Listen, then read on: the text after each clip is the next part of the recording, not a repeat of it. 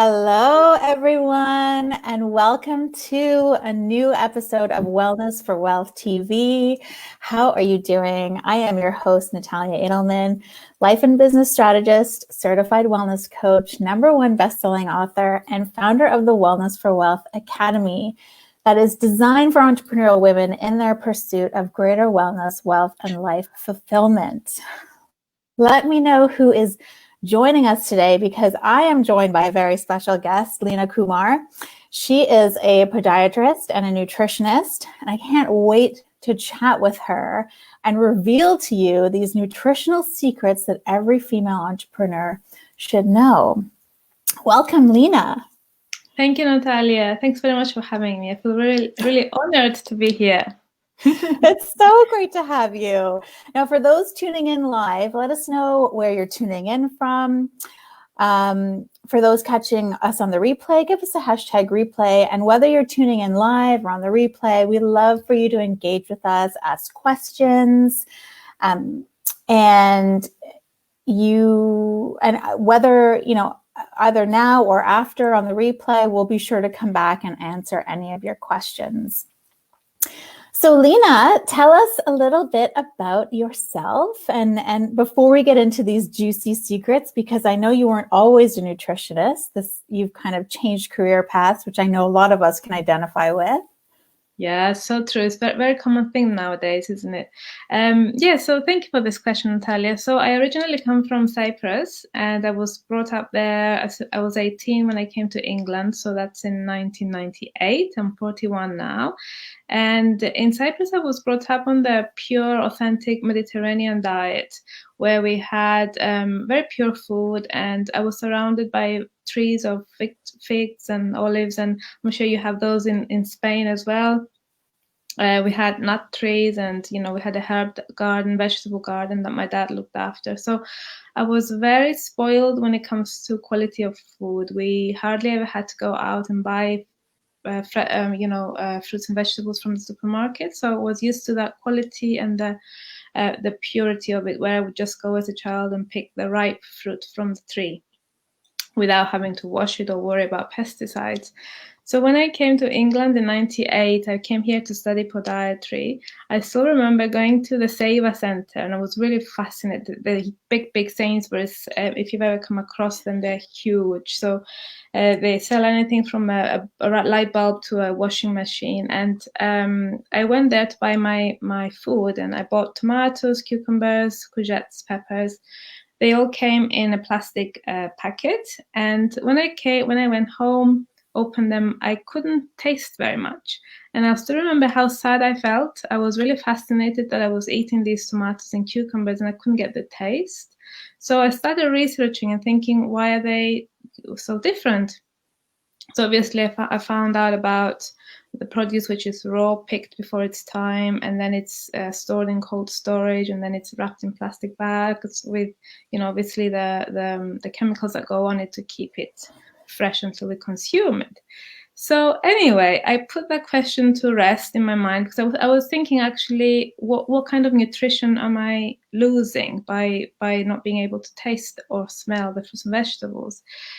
So anyway, I went ahead to study podiatry. So I worked in the NHS for about 17 years and the private practice. So most of my role was in looking after patients that had long-term disease, mostly diabetes, vascular disease, rheumatoid arthritis, various inflammatory diseases. And I would look after their feet and their wounds, which would heal without, a little bit of help from us with the correct dressings and all of that. And then they would come back again. So eventually we would be seeing the high-risk patients that would come every week. And I did wonder, why do we keep seeing the same patients? Why are they not healing from the base? So I started thinking that there must be a link with nutrition, because I would ask them, are they eating enough fruits and vegetables? I wasn't qualified, but I just wanted to know this question. And most of the answers were, well, baked beans on toast and tea and some biscuits. And that really made me sad. I was thinking, wow, you're really missing, because if your wound is not healing, no matter how many dressings we put on it, it will still break out again. So about 4 years ago, I went to study nutrition. I wanted to add this to my portfolio to just provide a more holistic approach with podiatry. So then now I work with my husband, who's an endocrinologist and diabetologist, and he sends me his patients for nutrition consultations before they decide to go on medication or injections. So I see their diet plan, and it does make sense why there's so much of disease, because we're not eating the right foods. So that's in a nutshell. Yeah. That is amazing. And I can definitely relate, because, when I hit this point in my wealth management career, I was definitely not eating, like, I didn't have a good diet. Sure, I did have fruits and vegetables, but how you take, like, what you put in and on your body is so, so important to, like you were saying, reducing inflammation, being more preventative in your own wellness journey and your own health journey. So, and I love that you were saying it's so, because I grew up in Canada, so it is very different to see the different produce you get from country to country. Like being in Spain, I can relate when you were saying, the difference that you felt when you went to a different country. Yes. So it's really fascinating. So why do you think, I mean, you kind of touched on it, but why do you think we are seeing such an increase in disease processes? I love that you work with your husband who's diabetologist. So Yeah. I'm probably not saying it right, but it's incredible. Yeah, so I mean, because we're very far removed from what our ancestors ate, and we still have the same genes that our ancestors did. So we're giving our genes very, very different information now, which that does not make sense to them. If you've heard of the term nutri-epigenetics, now we're saying that food is, as I said, information, and it can change the way our genes are expressed. So at every meal, we have the power to give the correct information to our genes so that they can go and do the right functions in the body, or we can give them pro-inflammatory information, which will go and create a cascade of events which isn't really helpful for our long-term health. And we work in prevention, like you said, because just like you mentioned, that what we put on our body as well, because most of us may not be aware or willing to make the right choices when it comes to what we put on our skin, because we have a lot of cheaper alternatives and we think we're doing ourselves good, but actually there's a reason why those products are cheap, because they're expensive on our health. And the same with foods as well. We tend to choose the cheaper foods, and we have got used to this kind of tasty foods that the industry have provided for us. Whereas to go back to the basic foods, just like our ancestors used to forage, and they ate a vast variety of fresh produce every single day, good meats, good fish, and now, nuts and seeds. And now we eat the industrialized foods, which are creating this inflammation in the body and the burning inflammation. And what is interesting also is that in 1942, so that's like around 80 years ago, the person who wrote the book You Are What You Eat, Victor Landor, said that 90% of modern disease, modern back then, is caused by cheap foodstuffs. So now I'm sure that's more than 90%. And yeah, so we need to really work with prevention and go back to the basics.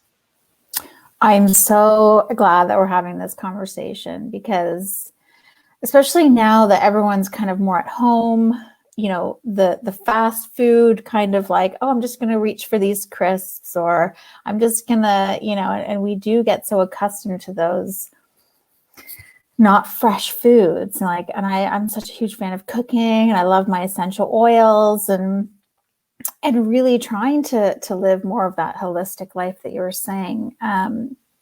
So I know one thing that really made a difference for me, and I never used to actually believe in them, was this idea of supplements. Because I never used to believe in them, because I probably was buying, well, I always thought that I could get it from my food, A. And B, I just was not about like the pill form of things, the pill side of things. Yeah. But I think that's kind of just like a mindset, because I know I now have had supplements where I'm like, okay, I can feel the difference. I don't get those side effects. So, when people are looking for supplements, because I think, and correct me if I'm wrong, but would you agree that right now we can get everything that we need from food? Or, like, what is that whole idea around supplements? Why should you even look at them? When should you look at them? Yeah, it's a great question. Thank you, Natalia. So we can, in theory, get all of our nutrients from food, but it's a very, very hard thing to do. And I do not manage to, personally, I do not manage to do that every single day, because the science is now telling us that we have to consume at least 10 portions of raw, fresh fruits and vegetables, mostly vegetables, every single day. And those fruits and vegetables have to be, when I say portion, it's about a fist size. So they have to be of a large variety, because all the colors of the rainbow contain different phytonutrients which help to suppress that inflammation, as we said. Then they have to be clean, which unfortunately is very hard to do unless one lives on a farm and has access. And then again, they have to be raw, because once we cook the food, for example, broccoli, then that loses a lot of the nutrition. And then again, it has to be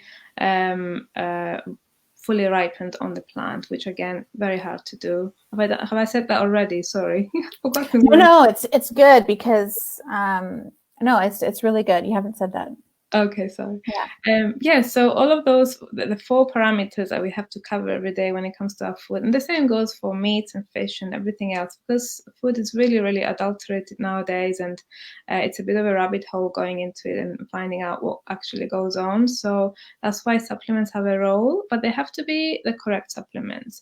What makes me sad as a practitioner is to see that I've got people coming to me that take, for example, 10 or 15 isolated supplements. They take magnesium, potassium, selenium, these isolated supplements do not work in the body. The body is more than the isolated supplements, because the nutrients, for example, an apple contains 400 to 600 different types of chemicals, and they all work in synergy together to help the body to recognize that this is food, and that the synergistic relationship between the nutrients helps activate the correct processes in the body, the enzymes, the different pigments, the minerals, the vitamins coming from food. So if we take the apple and we put a vitamin C, just one nutrient in a pill, not only will that not get recognized by the body because it's just on its own, it needs its helpers to make it work, but also the binders in a lot of these cheaper supplements actually prevent that one nutrient from getting absorbed. So it's a bit of a waste of money to buy all of these supplements that we find on the shelf. So if one looks for a good supplement, it needs to be a whole food supplement. It has to come from genuine food sources, and it also has to contain all of the nutrients, like an orchestra effect. They all work together. And for me, it's important that it is clinically evidenced, because sadly, the vast majority of supplements are unsubstantiated, untested, unregulated. So there is nothing on the label to say that this is actually in the label. And we don't know, again, what effect these vast amounts, like the large percentages of a nutrient, will have on the body, because the body actually needs very little, but it needs it to work with the other nutrients. So it has to have that box ticked as well, and the fact that it needs to be tested by an outside body to say that this is a genuine product, this is what's in it. So yeah. So is there, because I know like labeling laws all over the world are so different. And I mean, you can have something that says it's 100% pure when actually it's not at all, just because of the label standards, which is a totally different issue and really unfortunate. But it's like when you see on the package may contain traces of peanuts. It's like, if only that was applicable to all labels, because it's like may contain traces of, alcohol, or like, all these other traces that exist, but you don't actually need to label, like put on the label if there's a certain percentage of it. Yeah. So in terms of labeling, like, is there anything that people can look out for on the labels to show that it like, I know you mentioned a few things, but is there anything like that you can really look for on the label that says, oh, this is clinically tested, oh, this is from food sources? Like, will it actually say that?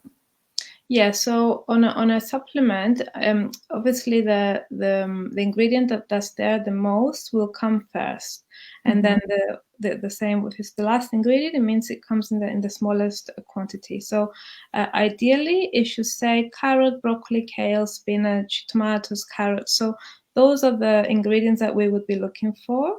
And then if there is a little bit of, for example, they need to use some flow agents if they're going to put that, food in a capsule, for instance, like the ones that I personally use and recommend.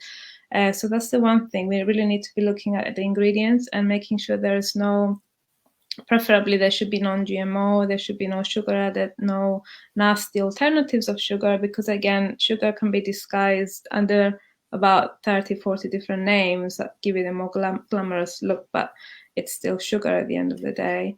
And then there are, the colorings, the E numbers, and all of those things. And also, lastly, there has to be, for me personally, as a clinician, there has to be an external body verification stamp to say, this is what it is. It's been tested 27 times. This is a clean product. You can guarantee that you're putting something good into your body. And this is the clinical paper that shows that this is what it does in the body as well. So for me, that satisfies the labeling. That's awesome, because I just in my own wellness journey, I've learned to really look at the ingredients. And I think anyone who goes on this wellness journey, this health journey, they really start to pay attention to what the label says. And I love that you were talking about, like, look for whole foods, like look for the ingredients, and just reaffirming that the first ingredients is what it has the most of, and the last ingredient is what it has the least of. And stay away from those like E numbers, those dyes, and we could have a whole different conversation about sugars, I'm sure. But I know, a lot of women watching, we run businesses, we have families, we're always on the go. And I'm sure, at least at one point in my career, I felt, that my energy levels weren't where they could be, or my mood wasn't, maybe it's like a bit up and down like this. So definitely with that change in lifestyle, that change in diet, you can do that. But do you have any tips in terms of, how do you boost your energy levels? How do you boost your mood? How do you manage your weight? Yeah. Like, what's the best approach, especially now that we're all, working from home, and we have different demands almost, but the same demands in a way. Yes, exactly. So it's a great question, Natalia. I'm aware of the time. How much longer do we have? Because I don't want to take up too much of the time. Well, no, I think we can keep going. It's a really important topic. And maybe we can, I'd say we have another 10 minutes or so. Brilliant. Okay. So it is important that we put self-care first. We tend to, as busy moms or entrepreneurs or whatever else we do, we put self-care on the bottom of the list. And it's important. And I've learned to do that as well, because I was in that situation that you described as well. I used to work such busy days in the NHS, and coming home, picking up my children from their care setting, coming home, then rushing around like crazy, and I was just exhausted. I wasn't a good mom because I was feeling so stressed and unhappy that I couldn't breathe to look after myself. So I decided to change my life, because it couldn't have carried on like that. So one needs to be aware of their own needs and of the alternative options they have. Once they recognize that the body is telling them, you have to do something, your body's screaming out, please do something, I can't carry on this way. So self-care is very, very important. And when we say self-care, five parameters. Firstly, they're all important, so I won't number them. But nutrition, we've touched upon. I can expand on that a little bit if you want. Then hydration is very, very important to keep drinking enough water, ideally 2 liters a day. And it's not really difficult to do if you have that's what I carry my bottle with me everywhere I go. So just little sips through the day, so that, yay! Excellent. Yeah, it's just little sips every day, because it's important to detoxify the body, and water has about 10 different functions in the body, so we really must not underestimate its importance. And it's sometimes easy to go for the energy drinks or the low sugar drinks, because they're tasty, but they're kind of poisonous. If you look at I'm sure you have, it's quite shocking what is in those things.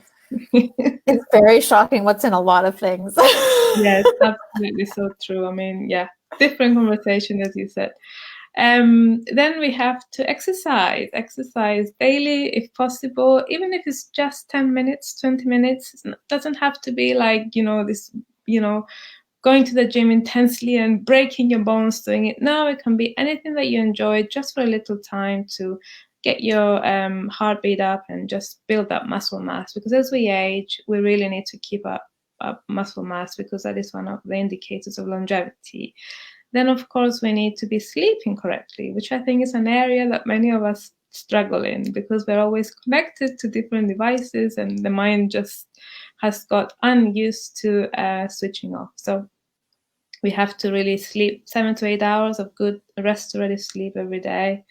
And what else do we have to do? We have to relax. We have to breathe properly, either do meditation or just meet up with a friend and laugh. It's important to be lighthearted and just enjoy life. And lastly, nutrition. Yeah, we need good, wholesome foods every single day, because they say it is more important what we do eat rather than what we don't eat. It's very important rather than we do eat. So we can have a little bit of poorer choices in our diet, as long as we include the good stuff in there. I love that. That really just ties everything together. And I'm a firm believer in each and every one of those things. As, a wellness coach myself, it's so, I feel like I could talk to you forever about all of these different things. We're going to have you back. I guess lastly, what are some foods that we can choose to really nourish ourselves? Like what are some, you should try and have this in your fridge kind of thing, or you should try and have this in your, diet? Okay, great question. Thank you. So I personally recommend Mediterranean diet. Okay, it always comes up, and you're lucky in Spain. You have all of these amazing ranges of foods everywhere. So definitely, because it comes up everywhere, whatever health issue, whether it's heart or lungs or prostate. The other day I was writing an article about men's health, or brain health. It all comes down to that, because basically we need good fats. So we need either fish or avocados or nuts and seeds. I always keep in my freezer actually, because they keep a lot better, nuts and seeds. So because the oils are so very fragile, the omega fatty acids, if you can keep them in the freezer and just eat them, you'll see how much better they taste also. So for example, Brazil nuts, walnuts, almonds, cashews, all mixed up, just a little handful every day provides your omega fatty acids for brain health. Then the seeds, the same as well, and they're very high in fiber, soluble fiber, which can help to bring down cholesterol, and also it contains a vast variety of micronutrients, the little minerals that we need. And then again, large volumes of salads. They now say that we have to have about 3 platefuls of salad every single day, from a variety like broccoli, carrots, beetroots, the leaves, cabbages. These are my personal favorites that are always in my fridge. And then if you're not a vegan or a vegetarian, you can have some good meats or fish, for example, sardines, salmon, mackerel, trout. Or if it's the meats, again, they have to be preferably grass-fed and away from pesticides. And if you can cook them on the bone as well, that helps to release those minerals from the bone, and they become much more nutritious. Oh my gosh, I'm getting hungry just thinking about all of this yummy, delicious food. And like you said before, eat the rainbow. Yeah, that's right. And there's so many schools of thoughts out there, but I think we really just touched on the big ones. Eat the rainbow, eat balanced, go for freshness. Just try and have more greens and veggies in your diet. And yeah, it's Christmas, it's the holidays, you're gonna indulge, but as long as you exercise every day, just a little bit. I even just have like a minimal thing, like, okay, every day I'm gonna at least do my planks and my push-ups. Like that's minimal. So it's not that much. It's literally like 10 minutes. Yes, just to keep like you said, to keep the muscle mass. The water is a big one. And yeah, the rest, all of those 5 things that you mentioned was amazing. Thank you so much, Lina. If anyone does want to get in touch with you to, discuss their nutrition a little more or get some information, what's the best way to reach you? Thank you. So I'm on Facebook. You can reach me through there. I've also just registered with Instagram, and the pressure from one of my friends that I must follow her. So I'm very new to Instagram, but you can find me on there as well. And we have a website which I can provide for you. I think you may have it, thecmet.co.uk. Yeah, so that's it. Or you can reach me via email if you prefer, which I can provide to you as well. Awesome. If you want, after the video is done, you can put them in the comments as well. And that way we can start to grow your Instagram following, because I'll definitely be following you if I'm not already. And definitely have to have you back because there's so much goodness. Like we could make a different show out of like different themes, how to drink more water, how to get more rest, and how to prioritize yourself. All of these themes are so important to your wellness. So and not just your wellness, but your ability to generate and accumulate greater wealth in all areas of your life. Absolutely, because if you're not well, then you can't do business, can you? You can't, and it's so the foundations. And I love how you said back to basics, because that's really what it's all about. Yeah. So thank you so much, Lina. I really appreciate you being here with us, and I'm sure we'll see you soon. Thank you very much, Natalia, and I'd love to have you back into my group as well one day. Would love to. Okay, everybody, have a great day. Talk to you soon. Thank you all. Bye-bye.